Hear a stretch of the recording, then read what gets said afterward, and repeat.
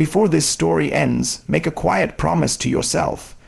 If these words hit somewhere deep, subscribe, because stories like this are written for the moments no one sees you breaking. He used to believe rescue was just late, that if he waited long enough, someone would notice the silence, hear the weight in his breathing, knock on the door of his life and say, "I've got you now."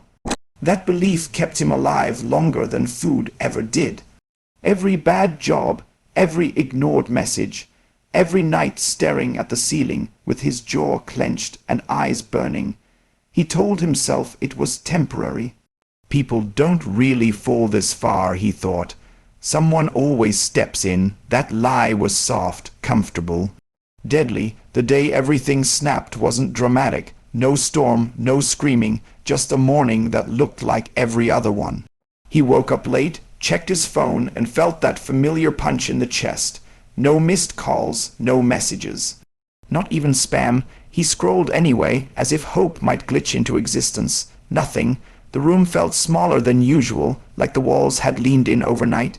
He sat on the edge of the bed and laughed once, sharp and bitter, because for the first time a thought formed clearly, without fear or denial. No one is coming.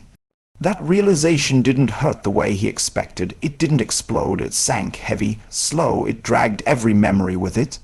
All the times he had stayed quiet so he wouldn't be a burden, all the times he had helped others while bleeding privately, all the times he thought being patient, being good, being invisible would earn him rescue. He remembered telling himself, just survive this week. Just survive this month. Help will come. But help had been a fantasy. He used to avoid responsibility for his own life. Anger arrived next, hot and violent, not at the world, but at himself. He punched the wall and felt nothing. He wanted pain to distract him from the truth that burned worse. He had been waiting instead of building, hoping instead of moving, blaming circumstances instead of making decisions. The idea that no one cared was easier than accepting that his life was his problem alone.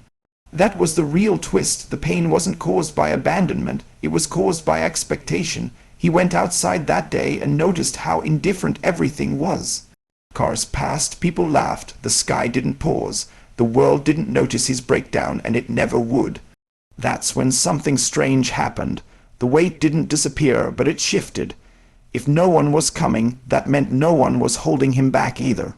There was no audience to impress, no savior to disappoint, no permission needed to change.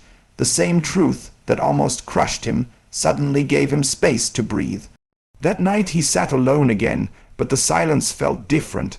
It wasn't empty anymore, it was honest. He made a decision so small it almost felt stupid. One action, one responsibility, no motivation, no inspiration. Just movement, and for the first time, he wasn't doing it to be saved. He was doing it because if he didn't, no one else would. The moral is simple and brutal.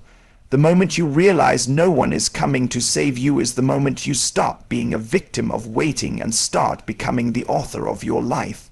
Rescue is comforting, but self-respect is powerful. And the day you accept that your life is in your hands alone is the day you finally stop drowning and learn how to stand.